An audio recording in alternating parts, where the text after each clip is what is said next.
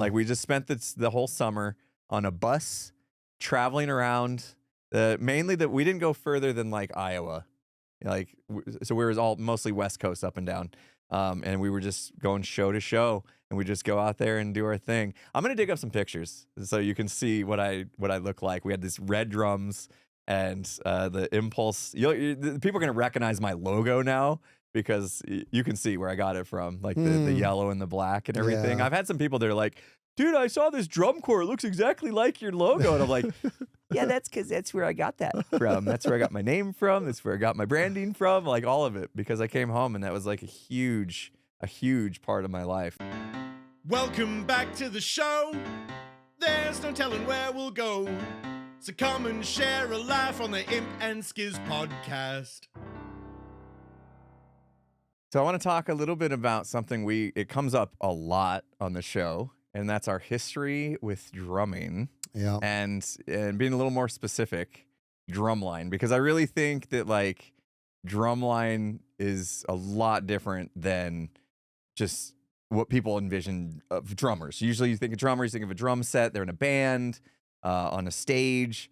But you and I, we experienced a very different form of drumming. We did that as well, but we experienced Drumline. Yep. And I think in like the 90s, there was like a movie that tried to capture the spirit of what it was like to be on a drum line. Tried being the operative word there. I remember being the movie Drumline was the name of it, with Nick Cannon, which is funny. I remember being on Drumline when that movie came out, and it was like, yeah, we're all gonna go watch this movie together. We're finally being represented. Yeah, exactly. Like, it's really cool when you have this thing that you do. It is like your thing, your life. You live and breathe it, and there's like Hollywood's gonna show everybody what it's like. Yeah. And so we were all excited, and we went to the movie, and we started watching it, and we were just like, oh man, they blew it. Oh man, they blew it. You know, they tried to make it, you know, of course there was like a love story embedded and stuff. Which I'm fine with. You know, I don't have a problem with that. But in regards to how they covered the drumline aspect of it, I think they tried to do it so that people who have no familiarity with what a drumline is would end up enjoying it. And I can see the merit in that argument. However, I also think that what drumline is in its proper form is interesting enough that they could have just stuck to making it real. You know what I mean? And have it, make it real and have it be, just tell the story of what it is to be on a drumline, because it's a very different type of organization that calls for a level of perfection where anything less than absolute perfection is not on the table. Yeah. You know, but that's the thing though. I want to get to the point. I think people are not going to love that we're not drumming a little bit while we're doing this podcast. So I think that we should have a podcast in the future, or a little bit, where we do some sort of drumming. We show off some of our just skills. A little bit, so they know what we're talking about. Yeah, I was scrolling through my suggested video feed the other day, and there was some parking lot footage of the Blue Coats. Oh. The Blue Coats won Drum Corps International in 2024, and so I'd never seen this show or anything like that, and I started watching just their parking lot warm-ups, and like it all came back to me. I was like, I actually like sat down with a proper pair of marching sticks and my drum pad and like actually drummed at all in like years now. Like I've drummed a little bit on my V drums, but that's totally different, right? Yeah. Like doing the rudiments with the heavy sticks. You need to work it up a bit. You need to warm up. You need to practice to have it all come back. And it's been years. So I kind of got the itch now, like after watching that video and like having a lot of these feelings resurface of like what it was like to be in a parking lot and having a crowd watch you play 8 on a hand, which it's literally just that's it. Yeah. Right. And people were sitting there watching, because when you have 8 people in unison playing that cleanly to where it literally sounds like one person, it's the most satisfying thing ever. That's just on one drum. That's the snares. And then you have like 3 to 4 people on tenors, which is the multiple drums. And then you got 5 people on bass, right? So you have like anywhere from 12 to 15 to 16, sometimes upwards of 18 it's in perfect unison. Perfect together. And that's just the opening exercise. And then you get into the more meaty stuff, like, and the whole thing is just crazy clean and crazy unison. And do you remember I obviously remember, and this is one of my most favorite things to do in the world, is when let's go all the way back when we were on Drumline together. Let's go back to when I was the Okay. caption head, right? And if I was a sophomore in high school and you were a senior. right. And there was this exercise we did. Were you on, that was your first year on Drumline? Yeah, I didn't do my freshman year. So that, okay. So I don't know why. I still to this day don't know why I did not. We've never been on a snare line together. That is just, Yeah. I'm just now realizing I have that. no idea why I skipped my freshman year. I was focused on basketball and making the basketball team, and Yeah. which I did, and that was great. But for some reason, I thought it had to be one or the other, and I chose basketball over band, Yeah. and yeah, I skipped yeah, my yeah. freshman year. So we would do this thing called, and this is one of my favorite things, is I would yell out 7/8, right? And that's a type of exercise where it's just 1 2 1 2 1 2 3 Yeah. 1 2 1 2 1 2 Staccato. 3 1 2 1 2 3 1 2 Accents, 1 2, yep. right? We would do that, and we would do it all together, right? But then I would yell out split. And this is when you get to see Oh, what the true yeah. essence of what a drum line is, Yeah. right? And this is just warm-ups. Let's be very clear. This is warm-ups, right? But I want you to all, everybody, I'm going to see if I can I'm going to take people through this journey so they can understand why we feel like the movie kind of missed the mark. It's because in regards to what the Drumline is doing as a unit, we are all so locked in, even though sometimes we're playing completely different parts. We're actually mostly playing completely different parts. But in terms of warming up, it's typically all the same stuff, but we can split it up. So we would do this. Okay, check this out. 1 2 1 2 1 2 3 1 2 1 2 1 2 3. That's it. Okay. Then the next piece is 1 2 1 2 3 1 2 1 2 1 2 3 1 2. Okay. Yeah, you're Got moving. it? You move the You're 3 from moving the the end 3. to the middle. The 3 was at the end. Yeah. Then it was in the middle. Then it's in the beginning. 1 2 3 1 2 1 2 1 2 3 1 2 1 2. Then I would yell out split. And when I yelled out split, it meant the snares would do one of those versions. Yeah. The tenors would do a different one. The basses would do another one. So you'd have the whole thing going jaku jaku jaku gaku gaku gaku gaku gaku gaku, Yeah. and then all of a sudden it'd be like split, and it'd be like jaku gaku gaku gaku. It was cool. so It was cool, and it was a Yeah. warm up, and it was one of our easier warm ups, Yep. right? But when the reason you start, you want to loosen up, you have to get warm, you have to do that. But the music itself would be written in a fashion that if you were blessed enough to have a writer who really knew what they were doing, which you and I were, Yeah. you were putting together.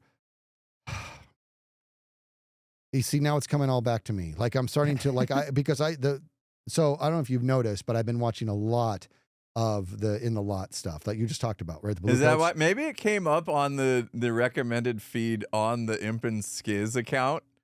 Because I was Because watching you it. were watching. I probably was in the 'cause I process. Like, why are yeah. drum videos coming Because up? I on was the- probably uploading a podcast, so I was logged into our Yeah. account, and then I watched one of those videos. That you're probably Oh my absolutely right. Yeah. gosh. So In the Lot. Here's the deal. I don't know if you've noticed, and I'm not out of my mind, dude. The game has massively evolved. The drumming is, and I'm so proud of it. I'm so proud of these drummers, dude. These kids are the same age. It's not like the age limit went up, dude. Yeah. But they are doing more than what the Devils were doing 20 years ago. They just are. And because the game's evolved, they're exploring more parts of the drum. It's much more like musical. Yes. Yeah. It's much more musical. Yeah, using every bit of the drum. Yes, and a lot every more timbre they can put- possibly yes. make, and Yes. yeah, just it's not just a single stroke anymore. They're doing a lot of like the buzz presses, a lot and of stuff pushes, yeah. a lot of, bzz, Yeah. like back in our day, there was still a lot of dynamics, no question, right? But it was mainly about the meat and meat meaning very hard stuff to Yeah. do, and it being very, very clean, and that's absolutely where it should be. But our dynamics, as they were there, right? The up and down, like we did stuff like that. But today I'm watching it, and I'm like, dude, this is next level stuff. It's like they're so clean, and they're doing things that I never would have thought of, and they're all doing it now, dude. So Yeah. the game has come a long way. But that's where we're talking drumline stories, right? Just Yeah. things that are embedded in our minds. So my experience when it came to drumline, like there was like a bit of exposure to what marching was in like junior high. I remember we like did a parade. You know what I mean? Yeah. And that was our exposure to like, oh, here's a drum that you're gonna put on a harness and attach to your body so you can walk around while drumming. Yeah. And we're just gonna walk in a straight line and play what's known as a cadence, which is basically just a beat to keep people in the same step as Yep. each other. Yep. And that stuff was pretty simple, and I did like rudiments. I always liked rudiments. From the second I learned how to drum, I was into learning the rudiments behind drumming, and I actually almost preferred playing snare drum over playing drum set. For some reason, I was just drawn to it. So I remember when I got exposed to that, it was kind of a joke. The marching a parade thing was kind of a joke compared to what drumline actually was supposed to be. So I really didn't get my first exposure onto what drumline was until my sophomore year. And it was because my girlfriend at the time, who was a flute player, decided to join the cymbal line. Yep. So she was just carrying cymbals and crashing cymbals together for the drumline. And she gave me a call and she's like, the instructor really wanted to have 5 bass drums to complete the bass line. And they currently have 4. They have a spot open. And I was like, okay, I guess I can try to juggle both. Yeah. I'll juggle both. I'll do basketball and try to join band or whatever. And this is summer before classes even started. So she gave me the number of the instructor, and I call him, and I introduced myself, and I was like, I've been playing drums since I was in like 4th grade or whatever, and try not to be too egotistical, but I was pretty much top of my class, and I go, and I'd like to join the drum line, and he goes, this isn't a club, dude. You got to try out. Yeah. I was like Sounds immediately humbled. Like, oh, okay. I got to try. He set the tone. Yeah, he set the tone. Like, yeah, this isn't just something anyone's like, I have a spot open, yes, but you got to still come prove yourself. Yeah. And I was like, oh, okay. Because I thought I was hot stuff, like I'm just going to, like he was going to feel blessed to have me type thing. I was so full of myself as a high school kid, of course. Some things never change. Anyway, so I get there and I end up trying out for it was the second bass. And anybody that's know drumline and know how that works is like the second and the 4th bass drums. If you have 5 of them, they're different sizes. Yeah. They're different size bass drums, so they have different timbres to them, different tones. And the second one typically is the offbeat stuff, and so is kind of the 4. So like we were talking about 8 on a hand, where it's just da da da da da da da da. Well, that rides down the line of the bass drums. And if you're doing that in your head, you're thinking like, for me on the second bass, 1 and 2 and 3 and 4 and 1 and 2 and you know what I mean? Like, so you're coming in on the offbeats, and which is very hard. I came from like just playing rudiments on a snare drum, and now all of a sudden I have to process coming in on offbeats out of nowhere, and you think, oh, okay, it's here it comes, and I'll just hit. And no, you have to like know it's coming and know how long it takes for you to pull back your mallet. And there were mallets, and hit the center of the drum. You had to get the technique. I remember my arms being in this like 90-degree position so long every day that I would walk around like that. I would walk around school like I was Beavis and Butthead.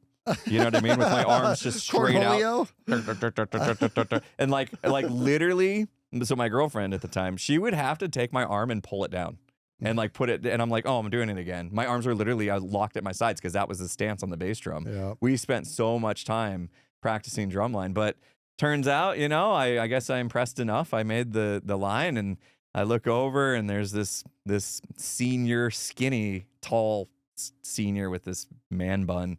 Shaved Not a man bun. You had to do a little ponytail thing. Yes, ponytail. Okay. Not much better, but not a man. Better. Man bun was for gymnastics. That's when it was in a man bun. Okay. Pulled back hair and just, thought he was hot stuff and just yelling out orders. But I noticed right away, I was like, this dude can command a room. He can command the line. Everybody's got massive respect for him. And so I settled in, and I became one of the.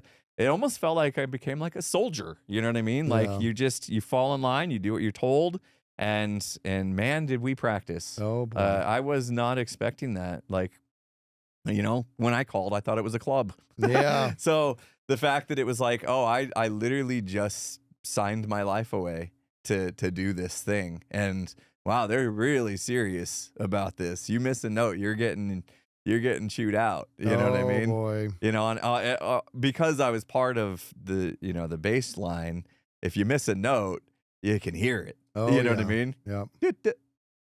And you know who missed it too. You know what I mean? You get that hiccups, and it's like, obviously something's wrong. Yeah. And so it was a lot of pressure. And we were out there, and performing in storms and stuff. Mhm. It was insane. That was my first exposure to drumline, and I came into something.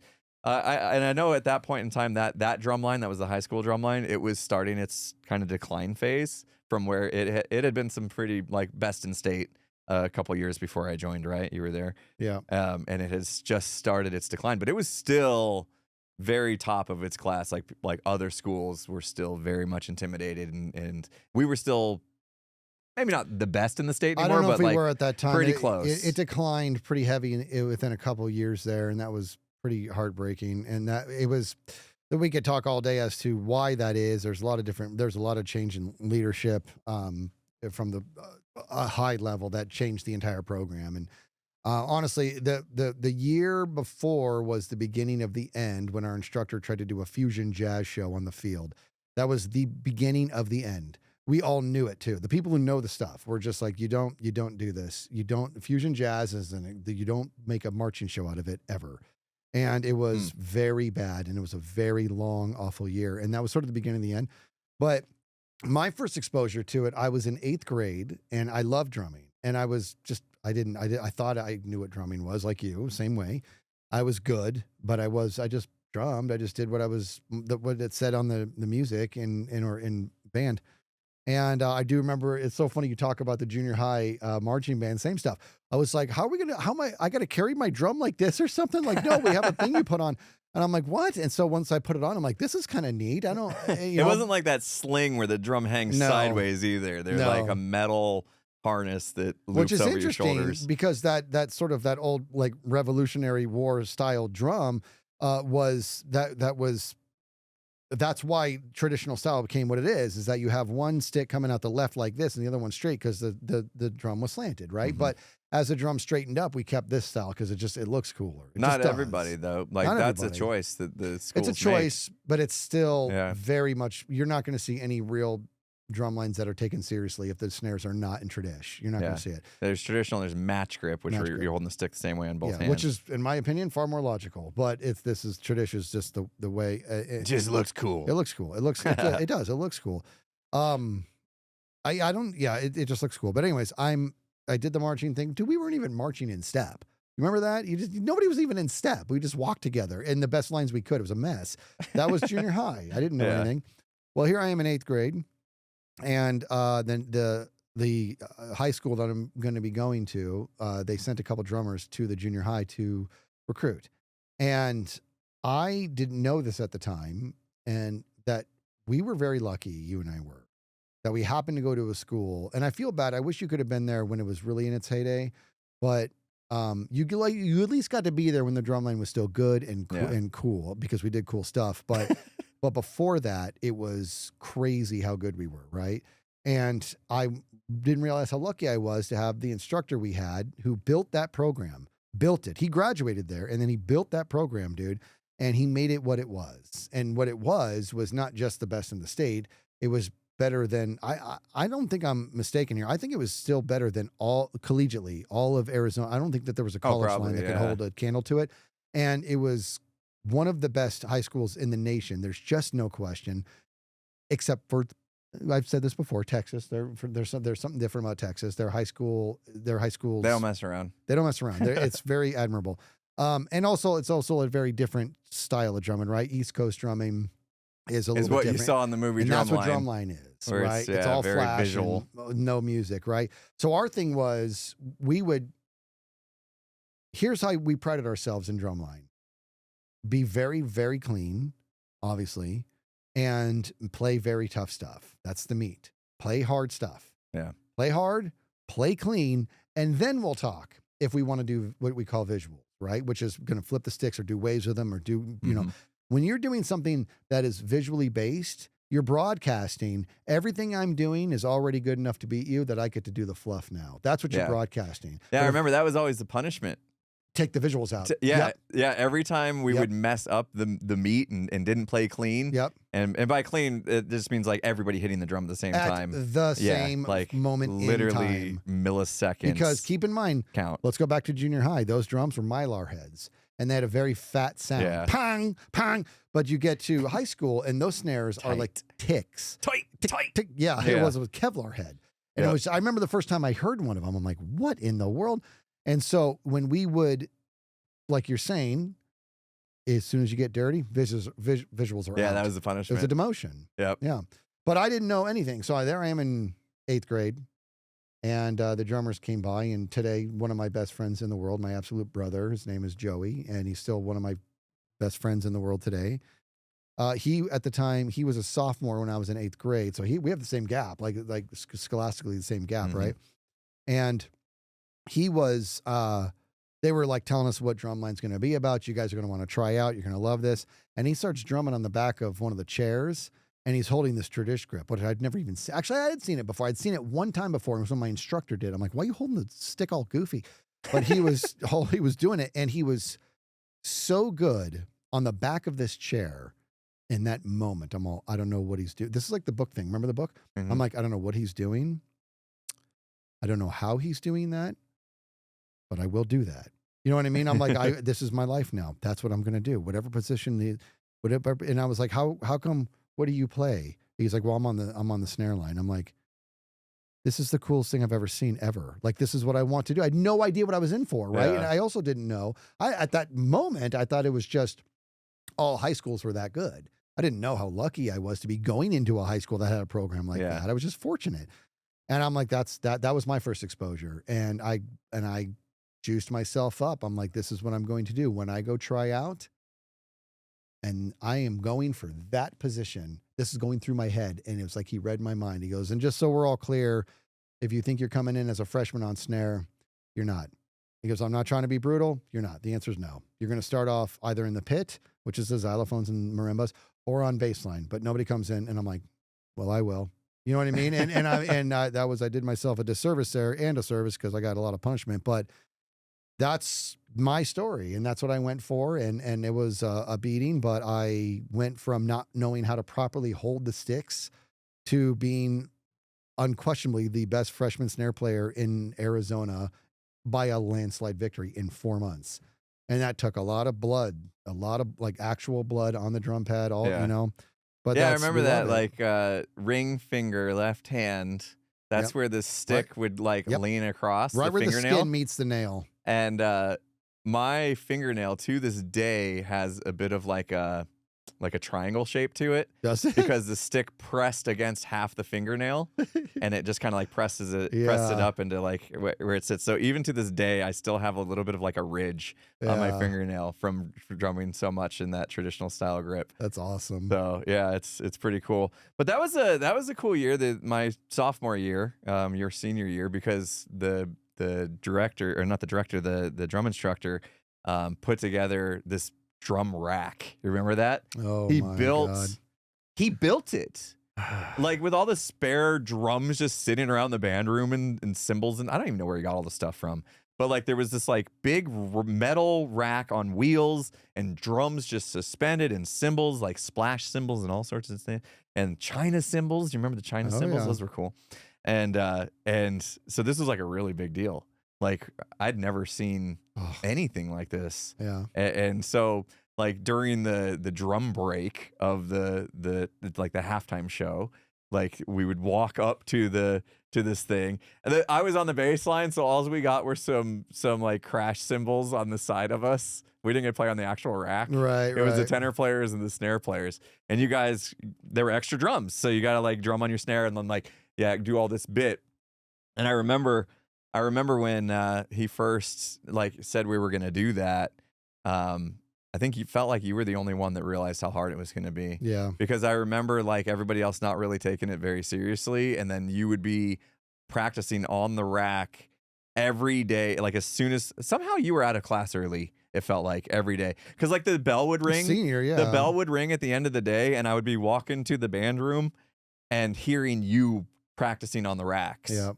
like already, and I'm like, how is he there already? Yeah. I was so confused. Literally, the bell just rang. I haven't even made it to the band room yet, and I could hear you, and I knew it was you. I always knew it was you. I could just tell by the drumming that it was you, and I'd walk in, and sure enough, it was you, and you were just doing your thing. You were like leading by example, right? That was the key. The rest of the snare line and the tenors, they didn't really. I don't think it clicked. Like how hard that was going to make the show. Something was lost the year before that we never got back. Like honestly, dude, my freshman year was the last year that the Drumline was at its absolute peak, right? And then my sophomore year, we were still very good, but something had been lost. Like it was just everybody who had come in.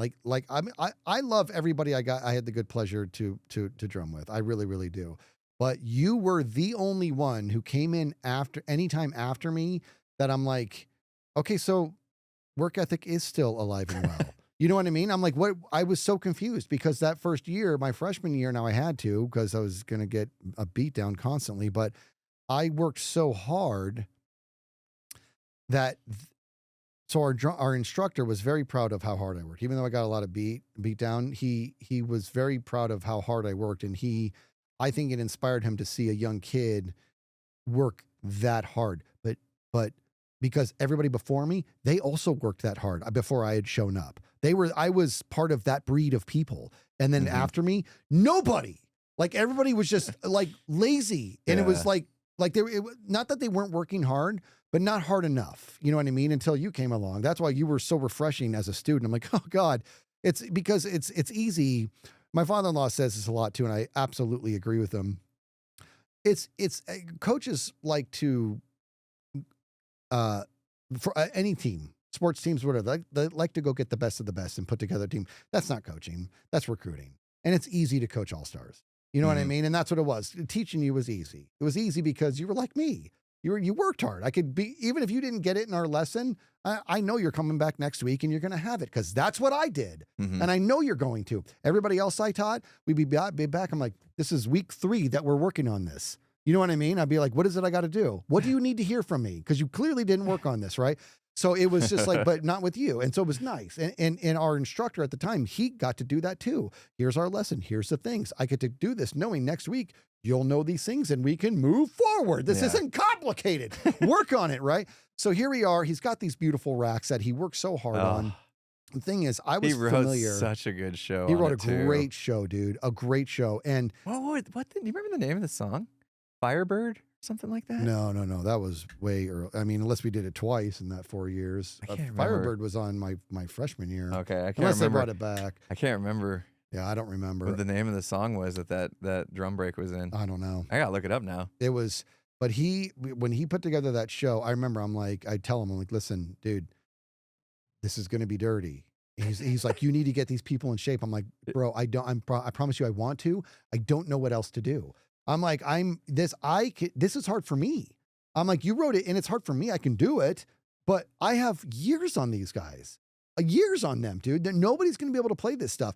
And it wasn't like nobody tried. Let me be very clear. No, it's not like nobody tried, but what they didn't do was they didn't refuse to fail. They were like, as long as I try my best and if I do poorly, hey, I gave it my best. Nope. That's not what this is. You will get it. Yeah. You know what I mean? You will get it. So you will, I want you sweating at night because you knew that you did not get as far as you should have that night. This is what I did my freshman year. I can't get to sleep. You know why, dude? You know why, Impulse? Because I couldn't get inverts.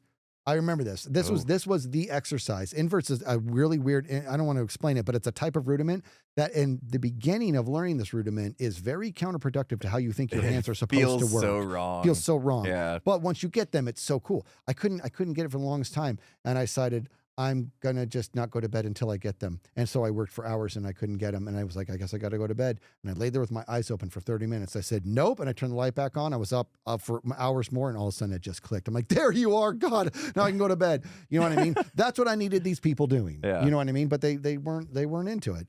And so the rack show was a mess the whole time. Yeah. We, one of the most humiliating days of my life. We went to what's known as Percussive Arts Society, PAS for short. And it's basically like, this is like where all the drum lines in the pit crews from all the different high schools come to show off what they can do. Yep. And it was weird because it was still early season. Like that, I remember the PAS. I was like, isn't it too early? We're still learning like our show, you know. But and now we have to go. Now we have to go. Just us, no band. Just us drums. play what's in our show and hope it comes together. And we were a mess. We had what they refer to as a meltdown. Yep. And there's no better word for it. Yep. I remember you start to like, we started strong and everyone's playing together and you can tell what's happening, and then slowly but surely you look over and there's a tenor player all of a sudden no longer playing their drums. There's a snare player that drops out and melt down. And then all of a sudden, the bass line, 5 of us have to work together to make the melody and the rhythm of what's going on. So the second one person stops playing, like you got those holes in your melody, and all of a sudden it's hard to tell where you're at. Yeah. And with that, and then all the other drummers kind of falling out one by one, suddenly it felt like everybody was just playing their own thing. Yeah. And it was just this mess of like static on a TV. And literally everybody looking at each other like, I don't know where I'm at on the measure or in the song even. And like, but do we keep playing? We can't just all stop, can we? And it was just like the biggest meltdown ever. Yep. And we're just in front of so many people, and all of us just felt, you could see it on our faces. Like, what did we just do? Like, we literally just shamed ourselves in front of this crowd. And it was the nastiest thing anybody's ever heard. And our poor instructor was livid for a good reason. He was livid. I mean, he was a little over the top and times were different, but yeah, he was very, very livid. It was kind of like, this is why I try to get in these guys' heads that they need to work harder than this, because that was embarrassing. That was embarrassing for the instructor. It was embarrassing for the students. It was embarrassing for the program. I remember I was like on the racks. I never lost my place because for 2 reasons. I had more experience than anybody, and I legitimately worked harder than anybody. There's no question that both those things were true. And that's why I was upset. I was upset a little bit with our instructor because I'm like, they're not ready for this. And I was upset with the line because I'm like, it doesn't matter that you're not ready for this. You're not putting forth enough. I should not be working harder than you. You know what I mean? Yeah. Like that was one of those things. And I didn't know. I was like, I thought I could I don't know what I did wrong. You know what I mean? That's what it was just killing me. I was like, if I had a bunch of impulses on this line, we'd be fine. But I don't know why I can't get through to these people to show up on time, do your thing. Like this is not rocket science. I don't know. Is it because I'm chumming up to people? Because we can change that. You know what I mean? Like I can twist a lot of dials here. But I remember at PAS hearing the meltdown happen and being like, I just got to be the cornerstone. I'm just going to not miss a beat. I'm going to play it, and I'm going to play hard and loud, and maybe I can overcome it all. You know what I mean? And I was just, maybe they'll be like, oh, that's where we're at. Yeah. Jump back in. Yeah. I almost wanted to yell, everybody stop effing playing and pay attention. Maybe you get back on, but you're just a bunch of noise. Yeah. I was just so pissed off, dude. Oh, but then for good measure, I had a drum solo to do after that. Yeah. Remember that? Yeah, because you were like nominated as to compete as like a soloist. Yeah. For best in state. Yeah. Like, So I did compete privately. Yeah. And I won, right? And I won. Oh, right. So now I got to perform. You were the showcase. You were the winner showcase for #1 in the state, which is neat, right? However, we talked about this in the podcast before, and I stand by it. I still believe there was another dude who was a junior at a different school. I remember his name. I believe he was better than me. He doesn't think so. He didn't even try. When I saw him there, I'm like, yeah, I'm not going to get the #1 spot. And he showed up because I was like, how'd your audition go? He's like, what? I didn't audition. I'm just here to watch you. I'm like, you're crazy. He's like, dude, I'm not beating you. I'm like, yes, you are, dude. Like, he was good. Wow. And he just didn't, he was like, no, I'm just here to watch you. I mean, what a good dude. But I went and I was going into the solo in a really bad mood. No, we had just made a really bad mood. Just made fools of ourselves. Yeah, that was awful. Actually, but now I got to think about it. I wonder if I actually have no choice but to remember if I'm remembering this wrong. I don't care. But I did the solo and I did okay, but I dropped a stick during it. You didn't drop a stick. You launched a stick. I launched a stick, yeah. Like, I've never seen a stick go like horizontal for so long. It's because it was part of the juggling. I would juggle and drum, and I hit it, and whoosh, but I had a backup one, and that's where the "It's All Good" came from. Pull it out of his back pocket. Yeah. got a good crowd laugh out of it. So Yeah. I mean, there was a silver lining to that day, but it was a good lesson, you know, to like learn like, oh, this is what happens when you don't put everything into something. Sometimes like you got sometimes in life it's got to be everything, Impulse, everything. And I don't really I mean, that was a radical version of myself that I don't really miss, you know, but sometimes you're involved in something where the only option is everything or get out of the way. Yeah. Give it everything or get out of the way. You gave it everything. Plus, you have a good brain, so that helps you and everything. But even if you did and you have the work ethic and you weren't interested in half-assing this by any stretch of the imagination, you gave it everything. It Obviously, took 2 weeks after I joined the line and the bass line for the section leader to hand over the section leader role to me, because we were like At that school? Yeah. Really? Yeah. They played third bass, and you know every section. Oh, that year. Okay, I got you. So the tenors had their own. Even there was like 2 or 3 of them. They had their own leader that would like say, this is when we're going to practice our sectional practices. So we had the same thing with the bass line, except they were slacking. The section leader was kind of slacking, and so I kept saying, guys, we need to get together and practice this. If we get together, then we can like learn each other's parts, and he can hear the whole thing. And can't do this by myself. You know what I mean? Like sitting down.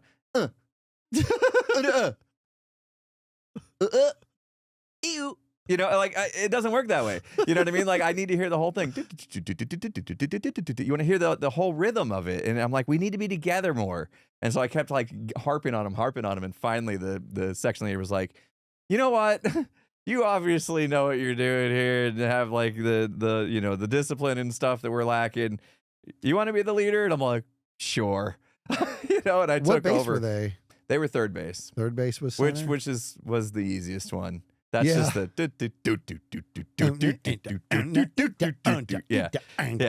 Like if you can't hit that one, then you're in trouble.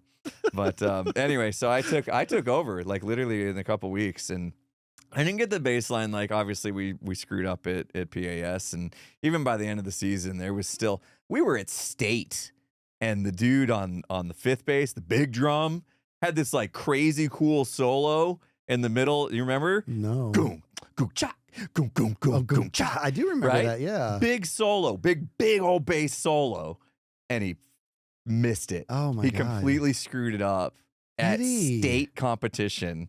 Yeah. So even then, even at the end of the season, we still weren't like great, but we tried. I tried Oh, to get man. them on board, and I just couldn't. But it was a good experience. Yeah, You know what I yeah. mean? Like that was the first time I'd been put under like that kind of a pressure of performing. One thing I never got, and this followed me throughout the rest of my marching career, I never learned how to march properly. What do you mean? Like nobody ever taught me how to march properly. I sucked at marching. What are you talking about? Like this, doing the steps on the field and staying in the lines and You making the did? shapes and having the right gaps between me and the person next to me, all that stuff. I sucked at it. I did not know that. I never got good, and that followed me into future endeavors that I did. So, we're still, that was all of my sophomore year. That was your senior year. But we went on, that same drum instructor stayed at the school and taught for a few more years. And they put together, this is when Winter Guard International became a thing. Oh, yeah. And this was like, so we've been talking about marching band. Most people can think of like halftime shows at football games and stuff like that. And then we take that to a competitive field and have judges and stuff. But then they came up with this indoor one where you're like on a basketball court. And so it's just drumline and pit and right. And color guard too, right? Was it part of color? No, not really. They had their own thing. They had their own part of WGI, right? So Yeah. now we're in this. There's flag. They had their own. They guard. They had their own They competition. did, but were they not part of WGI though? It was still WGI. It was just like drumline section and color guard section was separate at the time. I don't know if that's changed at all. Who knows? Yeah. They weren't with us on the floor. That's what I can't remember. They did their own thing. I know. I struggled at first until I started thinking about, because we wrote a show together. Yeah. But fair. so then this indoor thing came, and it was in its early stages. It wasn't as artsy as it is now, I think, or it became anyway before we stopped. And it was all just about going in these formations and like really playing hard stuff. And I ended up playing second base for one of those. I was a junior maybe. So I was like 17 years old, and I ended up playing on this like college line. Like it was through a college. And we competed at WGI, Winter Guard International. I know they had like a local Arizona brand of it, WGAZ, but there was we competed at WGI, the actual competition, worldwide competition, and won. I have a gold medal from winning WGI That's as so part cool. of this college.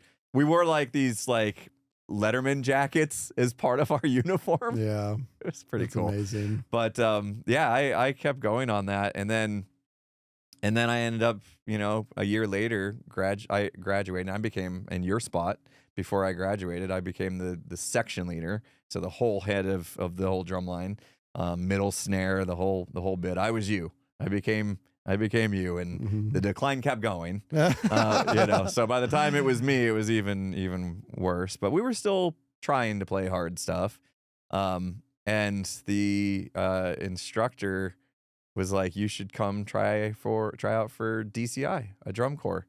And they were kicking up this new drum corps that was a replacement to a drum corps that had folded, the Velvet Knights out of Anaheim. There was a new drum corps coming up. It was a lot of the people that were from that drum corps. They were much older now, that were wanting to kick this off, and they created a drum corps called Impulse. Is where my name comes from, oddly enough. And he's like, "You should come try out for it." And I was like, "All right." I was good, but I didn't think I was that level. Like I knew I had just done that college line, and I had seen what they could do, and I was like, I'm not that level, but okay. And I remember he's like, "Yeah, we're gonna rent a van." And this is like I remember it was around Thanksgiving time, because I was home from NAU. I had gone to NAU that semester, and I was on the NAU drumline, but that's a whole nother story. And I remember I came home, and I was home for the break, and he's like, "I'm gonna rent a van, and a bunch of us are gonna go, and we're gonna try out for this drum corps." And I'm like, "Okay, cool, I'm in," and I'm like naive again. Like not even thinking this is a big deal to try out for a drum corps. And I'm in the van with a bunch of cool dudes from different high schools and stuff. And we stop for gas halfway to Anaheim, California. It's like a 6-hour drive or something like that. So we're like 3 hours into the drive. Stop for gas. We get out of the van, go into the restroom, getting convenience and stuff. And the drum instructor that taught you and me, he's like, "You ready for your tryouts?" And I was like, "Yeah." And I'm like, I think, I hope I can make it second base, right? And I go, "How hard do you think the competition's going to be for second base?" Because that's the base that I'm like familiar with. That's the base I won WGI in. That was the base that I started with when my sophomore year of high school. I was comfortable with it. And he looked at me and he's like, "You're not trying out for bass, dude. You're trying out for snare." I was like, "Whoa, what?" And he's like, "Dude, you trust me. Don't be trying out for bass. You're going to try out for snare." I was like, "I'm on my way to the audition, and you're telling me I'm going to try out for the snare line of a drum corps?" Like, what?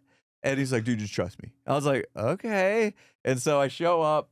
We all show up, and we had a host. We all had to sleep in this dude's house. And so we did. We all slept on the floor, like on sleeping bags. Yeah. That night, I don't know how much That's what sleep this I got. life is, I didn't get man. much sleep that night. But I got up in the morning, and we all went to this like school that was nobody there because it was on a winter break or whatever. And we're just out on this yard of the school, and there's like 20 snares all lined up on stands, and just, dude, it was the most intimidating tryout I've ever had in my life. And somehow I made it, barely. Like I was at the end of the like throughout the day, you could see the 20 snares go to 18, 16, 14. You know what I mean? They're just shaving off the ends. That's so cool. And they get to me, and they're like, "All right, we got it." Oh. And I'm all, "Whoa, I barely made that." And I was like, "Okay." The fog was closing dude. in. I was like, "Oh man, they're gonna send me." And at that point, I was kind of mad. Like I was like, well, not mad, but I was like, I'm gonna get cut from the snare line and not be on this at all. Yeah. Because I could have been trying out for the bass drum and nailed it. You know what I mean? But now I'm gonna get cut from the snare line, and just go home and Yeah. never have this experience. But I made it. I was on the end of the line, which any snare drummer that's been on the end of a snare line knows it's a rough spot to be in. Yeah. One, it's because they believe you're what they call the tick of the line. They believe you're the guy that's not going to play perfectly, like with them. And two, you're at the end of the line. So the guy in the center, who everybody's supposed to be listening into, is pretty far away. So if you ever play the game of telephone, you know how like things change as they travel through people? It's kind of the same way, in a way, with a snare line. If you have one person that's not perfect between you and the center guy, it's going to be very hard for you to be perfect with the center guy.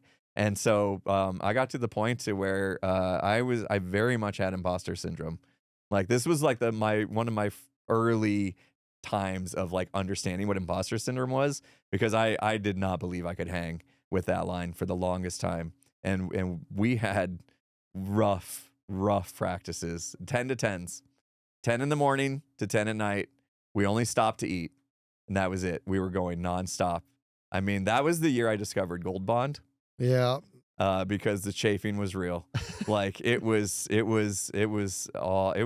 rough, man. Yeah. And I remember thinking I was the tick. Like I started to buy into it. You know what I mean? Like the guy next to me had me believing that I was the one screwing up. And I was such a hard worker. You knew this about me. Like I was such a hard worker. I was really down on myself. I'm like, I don't want to be the guy that drags this line down. I got to figure this out. And so I practiced and I practiced and I practiced. And I'm like, I don't know what I'm doing wrong. And finally, two of the guys that were just outside of center were really good friends, Mark and Phil. You remember them? Yes, I do. They're amazing people, amazing drummers. And I'm like, dudes, I need to fix this. I can't be the tick anymore. And they're like, all right, we got you, dude. Let's, and this is after a 10 to 10. So it's 10 o'clock at night, and I'm going to these dudes, and I'm like, I know we just did 12 hours of drumming, but I need you guys to help me. And they're just like, no problem. We'll stay up as long as it takes. And so we go off into like a private room. We were staying in a cafeteria at this high school now. We're out of the sponsor's house. We're literally sleeping on the floor of a cafeteria. And so we find this like private room off the side of the cafeteria to go into, and we sit down and we start drumming the show. And we lock in and we're like, okay, we're going to drum the whole show once through, just all the way through. And then we're going to tell you what you need to work on. We drum the whole show through. And the two dudes, final note hits. They look at me dead in the eyes and they go, you're not the tick. And I was like, I'm not? They're like, no, must be the dude inside. Like one Which guy. Which makes it even harder for you. One guy to my right. Yes. Yeah. He's who you have to listen to.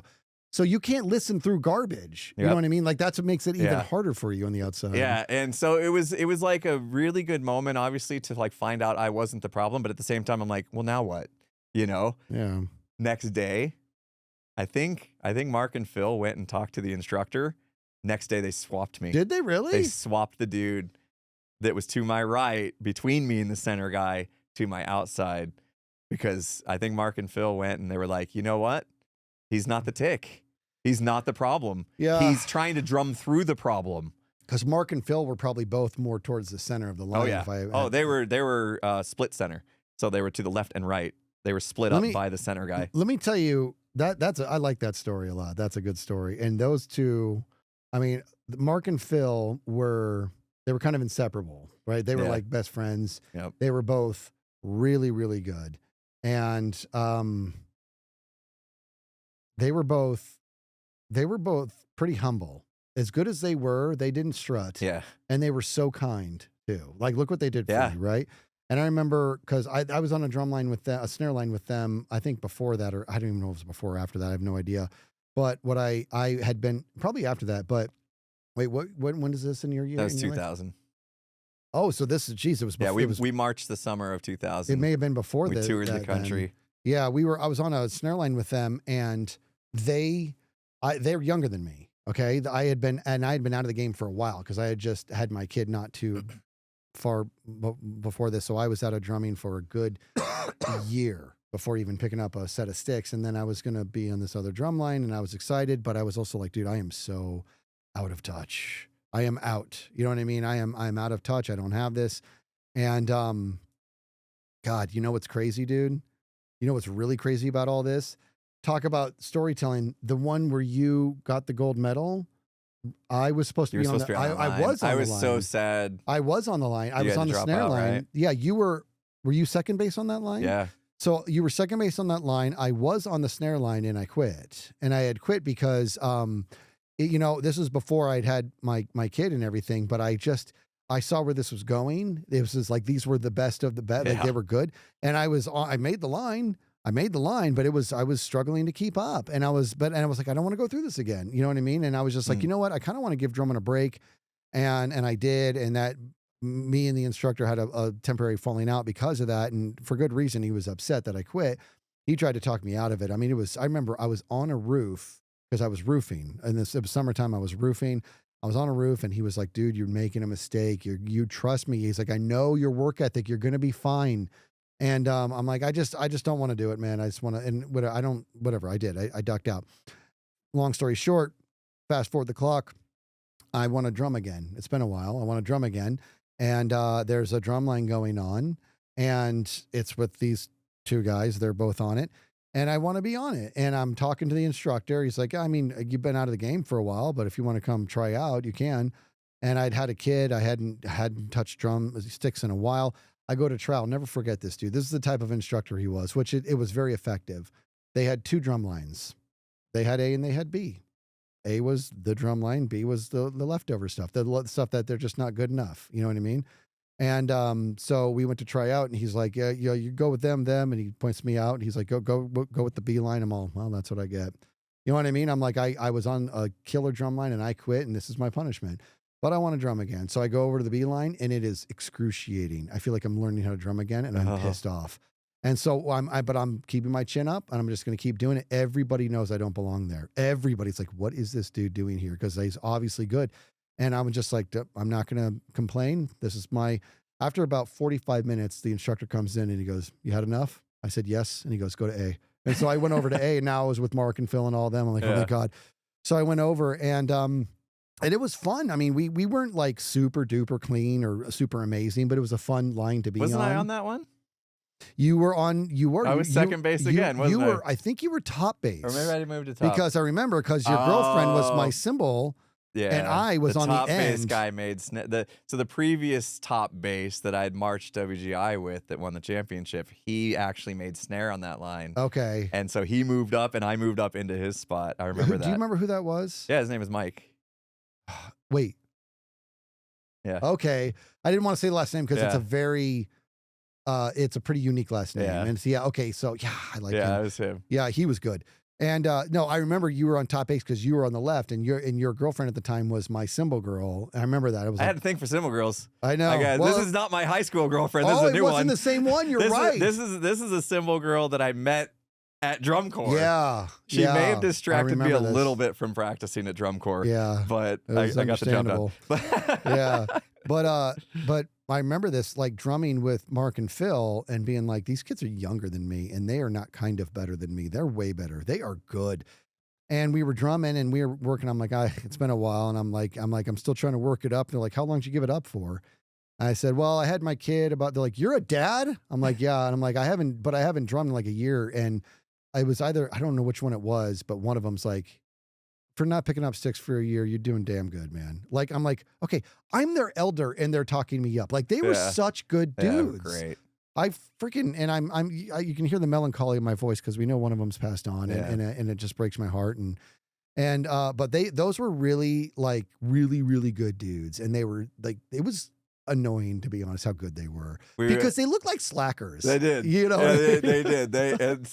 They were. We had some moments where we hung out and they're goofballs. But I'll never forget. We played the Mile High Stadium in Denver, Colorado, where the Denver Broncos played football, and so the place was massive. They were building the new stadium next door while I was there. That's how long ago this was. And it was incredible feeling to go step foot on this field that a professional NFL team is playing. The bleachers, at least on one side, the side that can actually watch the show from the front, was full all the way up, and the crowd was just going wild. It was at night, so the lights were on, and performing on that field was just magical. And I remember after the show was over, we were walking the concourse or whatever, and they would have like vendors and stuff. And one of the vendors had some drum pad that would measure your beats per minute. Oh boy. And I think it was Phil. See, they were so inseparable this time. I can't even remember which one was which. I can picture like, them. Yeah, I know. Yeah. But like, I don't remember which one decided that they were going to break the record. Like, so the dude had like this drum pad with the beats per minute. How fast can you drum on it? And he had like a record. Was it singles? On there.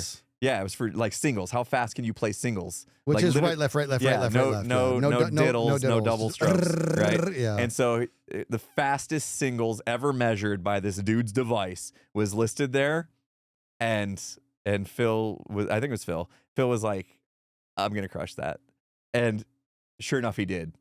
I sat there and I watched, and I was like, "Holy crap, that's so awesome! That's the fastest drumming."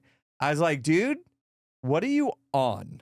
Like, I thought he was on something. Yeah. You know what I mean? I'm like, I've never seen anybody drum that fast in my life. Yeah. And even the guy that was running the booth was like, whoa, no one's breaking that record that you just set. And that was just fantastic. That's amazing. Like, those were some of the greatest moments. That was like, dude, I spent my life savings on that tour. I actually ended up having to borrow money from my girlfriend that I had to pay back afterwards. I was like literally living off of like ramen and just, but it was so worth it. Yeah. Like we just spent the whole summer on a bus traveling around. Mainly that we didn't go further than like Iowa. Like, so we were all mostly West Coast up and down. And we were just going show to show, and we just go out there and do our thing. I'm going to dig up some pictures so you can see what I look like. We had these red drums. And the Impulse, people are going to recognize my logo now because you can see where I got it from, like the yellow and the black and everything. Yeah. I've had some people that are like, dude, I saw this drum corps. It looks exactly like your logo. And I'm like, yeah, that's because that's where I got that from. That's where I got my name from. That's where I got my branding from, like all of it, because I came home and that was like a huge part of my life that summer where it was just all about drumming. It was fantastic. Have you? There's a video that's been floating out on YouTube for, boy, if I had to guess, I'd say it's probably over 12 years old at this point, maybe even longer. Where there was a drum line that just had a little fun and played along with hey right? That fun. Is that an Outkast song? Yeah. No.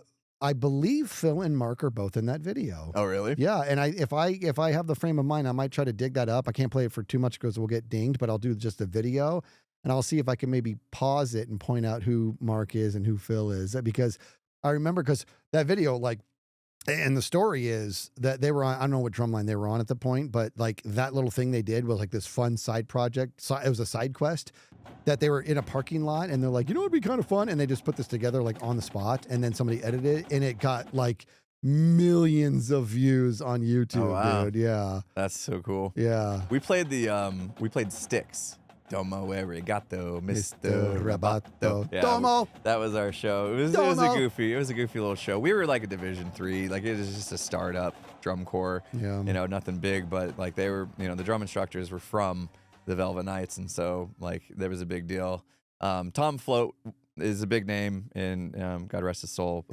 Big name in this world. He had his own branded of sticks, Vic Firth sticks with his Tom Float. Floats. They were my favorite sticks too.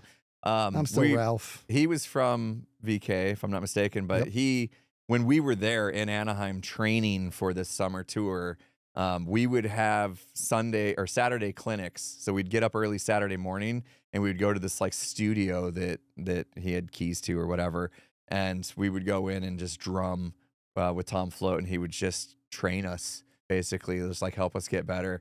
And it was the most intimidating experience because he's like, he was a big guy. He was very tall guy. I think he was like over 6'5". He would just like hover over you and like, what's up? You know, like he had that deep voice. Yeah. I remember when I was 16, I tried out for Velvet Knights, and I was on day one of the tryouts, and I was over on the snare doing my thing, and we were like, it wasn't break time, but we were like kind of in between licks, so there was like a 1 or 2 minute like little pause. I'm like, I get a piece of gum. So I pull out a piece of gum and I put it in my mouth. And as I put it in my mouth, this shadow just casts over me from somewhere. I'm like, where's this shadow? That's a pretty big cloud. And then these flames just come like, you know, I'm like, it's coming out of Tom Float's nostrils. Just, I look up and he's like towering over me, dude. I'm like, oh, and he puts his giant hand out. And he goes, give it up. And I'm like, does he want me to spit my gum in his hand? You know what I mean? And I'm like, what do I do? And I'm so scared. I'm 16. He's like 1,000 years old. He's 500 feet tall. It's Tom Float. Everybody's watching. Give it up. And my brain's like, no, bro, he just wants a piece of gum. I'm like, oh, thank goodness you came to your senses. Because if you spit your gum in Tom Float's hands, oh my gosh, could you imagine? I did that, first of all, the place would have erupted into laughter, and he probably would have like, what the hell are you doing? You know? Yeah. But he's like, give it up. And I was like, ah! And I pull out my gum, the gum, I grab a slice, like, ah! It's like rapper and all, dude. He's like, oh. Dude, it was like, dude, it was insane. Like the kind of persona he had, dude. He was the real deal. But he was also, that was one of the times I realized, it was until actually a year later, he was running a clinic on a drumline I was on. May have been the one with Mark and Phil. And I realized Tom Float, again, like you said, God rest him, he was not just a good drummer and a good instructor and a good writer. He was a very smart man, very smart. And I remember here we are, relatively elite drummers on this drum line, and we're doing a warm up, and he's watching our warm up, dude. And this, I'll never forget this. He's all like, do an 8 on a hand? You do an A, B? Is that in your show? Yeah. And I remember he's like, I don't know why drumlines still do this. Why does your warm up not reflect the crap you're playing? Why are you doing the same old garbage? And I'm like, oh my God, I will take this for the rest of my life. Yeah. If I ever instruct again, which I did after that, I remember writing warm ups that were parts of our show. You know what I mean? Or mirrored parts of like certain. I'm like, well, it's so obvious. Yeah. But all of us, you said it earlier, kind of like a soldier, we all just fell in line. You went with the flow, you went with the process. He was a trailblazer. He was constantly smarter than everybody, dude. Oh, I miss him. Yeah.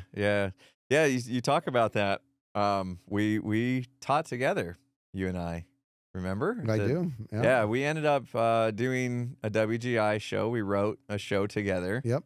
So after I graduated, I immediately came back as a drum instructor at the high school I graduated from. Mm-hmm. And this was during, I went to NAU, Northern Arizona University, which is up in Flagstaff, which is, you know, from our high school to Flagstaff, maybe a 2-hour. Steve Hemphill. Thank you, Steve Hemphill. That was the director of the jazz NAU. At NAU, yeah, good one. It took a while. So it was like a 2-hour drive up to there, and I was coming home every weekend, like every Friday after my class would get done, I would have to like shoot down the mountain to come back to instruct. I had to be there for like the football games and stuff. So like every Friday I was like racing home down the mountain from NAU to come instruct. So anyway, I ended up instructing for a year by myself. And we decided to partake in the WGI program, Winter Guard International, so the indoor part. And I wrote a whole show, and this was like my first time like writing my own thing. And so I had the band director help me with the pit music because I don't know how to do that. No, I can't compose. Neither one music. of us has that. I can write drum. We can write stuff. battery. We can write battery. Yeah, we're not. Yeah, but I couldn't do that. So I had him transpose a Dream Theater set. Like, so we had like 2 or 3 Dream Theater songs. If you ever heard Dream Theater, it's like it's not easy. Like that stuff, I don't know what I was thinking. I was always shooting for the stars. You know what I mean? And so, but I had this whole concept about, and so now it's starting to become artistic to where you want to tell a story with your shows. And I had this whole concept about how there was a character in my show that went to bed and he woke up in a nightmare. And the nightmare was like this drum line was this evil force and it was trying to get him and that kind of thing. And then there's like a hero that comes in and like does some amazing drum solo and all of a sudden scares off the bad guys and they turn good and all of a sudden it's like this big heroic moment. And so the show was really cool. Like I had this like dream catcher prop, you know, like we had to do all this, like we had a stage. I'd had the stage with a backdrop with bass drums built in that they would go play on the wall. These bass drums were built into it, and then the dream catcher is where like the characters would come out of and stuff like that, and the whole time they're playing to Dream Theater music. I can't even remember the names of the songs. It was so long ago. But I remember it wasn't the best. You know, I didn't have the best drummers anymore because the program just continued to decline. But like they pulled it off. They like put together a really cool show, and we had the props were way too heavy. Didn't know what we were doing. They were like made out of wood and stuff, and so dragging those in and out of gymnasiums everywhere we went sucked. Yeah. But I learned a lot from it, and then you and I had reconnected. And I was like, dude, we should do it. We should do WGI together. Yeah. And we came together and we wrote a show together. Yep. And we brought in this other guy, Joe, who knew how to do the pit stuff. Yeah, he was great. He was like great. He was like ASU School of Music, like he was big deal. Awesome, dude. Yeah. And he came in and we also had our like snare tech, Edgar. Remember him? Past student of ours. Yeah, past student of ours that we brought in. And we all would just get together. Remember, Edgar worked at Taco Bell, so every time we'd get together to write music, like once a week, Edgar would bring us Taco Bell. One of my favorite memories. I loved it. We would just sit together and have Taco Bell and write music all night long, and then we would go and teach it to the kids. And we wrote a really cool show. I think it was your concept you came up with about being reborn and stuff, right? Wasn't it? Yeah, it was about or life. It was about like the progress, like life from birth to death. It was the premise was whenever somebody, you know, like when somebody walks into a room, if they're in a good mood, you just know it. And if they're in a bad mood, you know that too. They don't have to do anything. You can feel it, right? It was about the feel around them. And that feel, that was what I wanted the Drumline to be, was that it was like this unseeable like force that was their aura, right? So we started with literally somebody being born, and we followed them through life and all the different trials and tribulations of life and the things that they would face, and the music would reflect what they were going through in that moment. We had to cut a lot back, like because the show was getting too long. I had one point where they got into a fight or whatever, but we had one of my favorite parts was when it was the opening music when it was being born was so gorgeous. Joe was so good. And then when they were a toddler, I had them burn their hand on a stove, and the music was just so good. And the drumming was so good. Like it was very good. And then it goes all the way to, I think, heartbreak and to old age and to death. And then once they die, that was the fun part of it, is that they end up, you think the character's gone, the actor's gone. Next thing you know, the drumline got bigger because he's now part of the force, and he comes out, one of them drumming, and the crowd would always go nuts on that part. Yeah. Because nobody knew he could drum. Because he couldn't drum. We had to teach him. We taught like an actor. fast. We taught an actor how to drum. Yeah, we had no choice. And we had to do it real fast. And we had to make sure it was like, okay, like we have to do a couple things at one point here. We have to teach somebody who doesn't drum how to drum. We have to write a show that makes somebody who doesn't know how to drum look like they know how to drum. And there's a way to do that. You know what I mean? There's a way to, so anybody who's a real true drummer be like, okay, they just wrote really easy stuff, you know? But he still had to work hard at it. And you know what? He did great. He did great. I remember his name. Danny. Yep. He was great. He was a good kid, man. God, I miss that. That was, and we did all right. The show did all right. People really enjoyed it. And those backdrops, we had 10 mobile backdrops, mobile dynamic backdrops. They could change color. They could change colors. That was crazy. Was rough. And how did we do that, dude? We did it and the parents were amazing. I remember. Parents thought we were crazy. We were crazy. We were. Yeah. I remember right before our last show, I pulled all the parents aside and to tell them how I appreciated what they had done. And I was like, you guys think that you're helping. You know what I mean? I'm like, you're not helping. You're not, it's not like the show got easier because you're part of it. If you weren't part of it, the shows wouldn't happen. Yeah. I'm like, you are this show. Like you are as much of the show as the performance, because without you, we have no show. So they built all those things, and they would change colors based on what our next set was going to be. And they changed colors by the back. They had like the paper towel dispenser. Yeah. They would pull like this. Fabric. The fabric. They made these long fabric. 10 of them, dude. It was 10 crazy. Of them. Yeah. They were so expensive. And they had them on wheels so we could roll them around and stuff. Oh, it was amazing. Yeah, they engineered the heck out of it, dude. They did so well. And we were kids. Like we didn't, we were just dreamers, Like we're just like, this is what we want. And the parents are like, crap. Yeah. And then they figured it out. They did it. And we're just like, thank you. And they You know did, what I mean? yeah. Like, Yeah. Well, what's funny is what I originally wanted was a series of different color fabrics that were held up by a single pin, that a pull of the pin, it would drop the new one down. And they tried to, and the head of the parent program's like, Skizz, it's far too complex, but we have an idea. I'm like, go, whatever you want to do, that's fine. Just do it, you know? And he's like, so they did the thing on the roller. So I'm like, you guys are geniuses. You're geniuses. I was so pleased. They were so amazing. And I think about that because that also was a different time. Parents back then were different too. You know what I mean? Like they were, boy, times have changed, bro.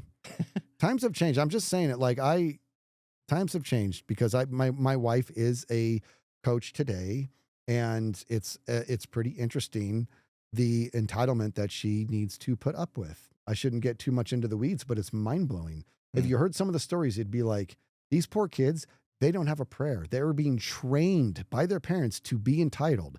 Not all of them, not even close to all of them, but some of them are being trained by their parents to find whatever chink in the system's armor you can find and exploit it. Anytime that you can make somebody of authority fearful for their own livelihood in order to get what you want, squeeze. That's what some of these kids are being taught. Oh, wow. And I will argue, not anywhere near the majority, a very fine minority, but it's noticeable, dude. But back then, it was like none of them. None of them were like that, dude. Yeah. Everybody was there for the greater good. Like just a big team. Everybody, exactly. Yeah. Everybody knew what team Whatever was, it took. including these parents. I mean, God, I was very, very clear with them on how grateful I was for them. And I didn't even realize how grateful I actually am until I get older. And I'm like, wow, I'm glad I said what I said, but I wish I did more for them. They were amazing. Do you remember how much we got paid for that? No. Nothing. Did we get paid nothing? We got paid nothing. Well, that can't be true. Is that true? Yeah, we didn't get paid for that. Oh, good for us. Yeah. I mean, we were supposed to get something, but at the end of the day, the band program didn't have the money, and we just that sounds right. We got stiffed on it, but I wasn't too upset. I wasn't too upset about it. If we did get paid, it wouldn't have been much. Yeah. Yeah. But yeah, because it was a labor of love, you know. Absolutely. And we got a chance to work together, which was one of our earlier times of you know, getting to know how we work together. After that, I think that's when you and I decided, after that, we got to, like, whatever we do in life, we have to be together. Yeah. We have to, like, we tried working at a Discover Card. We tried working at another place, and now we're doing this. Yeah. Like, ever since then, we've been inseparable as far as working together, because working on that line as drum instructors and putting together that show, we proved that we could make magic happen. Yeah. And so they didn't like win anything big or anything like that, but it was one heck of a show. We got second place at one of the competitions. Did they? Yeah, Okay. we did. And I remember because, and I'll stand by it to this day, first place, you must be joking, because their instructor was on the judging panel. I'm like, whose decision was this? Yeah. I to this day, Collusion. to this day. Yeah, Collusion. Yeah, collusion all day. Should have won. Thank you for humoring us on this. We went down memory lane there with. I know that we could have kept going for another hour. We're gonna have to do. We're gonna have to have some kind of podcast where we drum a little bit, because it's. Yeah, kind of I will. Like I said, the Blue Coats parking lot video came up, and it really inspired me to pick up sticks again. So I'll start drumming again. I think that there's a world where we set up out there, just drum pads, no snares. That's what's gonna break the microphone. And we do a little bit of drumming mixed in with some more storytelling, because I've got a list a mile long of drum stories that. So do you. Oh, yeah. there's some we can't tell on the podcast too. Well, yeah, and so we'll behave ourselves. We'll behave ourselves. Yeah, but yeah, no, that was fun, and I think it's important to talk about this stuff too, because it really helped shape us a lot. Oh yeah, you know, and how we act and the things we do and the discipline we have in life and everything. And so it's important. It doesn't have to be drumline or band or anything, but you know, if you're younger and you that kind of excites you to hear like how putting hard work into something and what that can lead to, go for it. Like, go dive into those opportunities. As scary as it is, and it was scary. Like showing up for auditions for the high school line, for the drum corps, and all the stuff that I did, it was always scary, and I always had to talk myself into doing something that I knew was going to be hard, but it always was worth it. Yeah. And so find something, find something that you can invest in. Yeah. Because it'll pay off. Yeah, that's something that everybody should do at one point in their life is there's trying something on something, then there's really trying, and then there's literally giving it everything. And as soon as you think you've done giving it everything, you give a little bit more. There's something interesting in regards to seeing what the human can do when it gives that a go. It's exhausting and it can be scarring, but it can also be, so I think it's something that everybody should do at least once. Yeah, absolutely. So, all right. There you That's go. fun. You guys are amazing, and bye. Bye.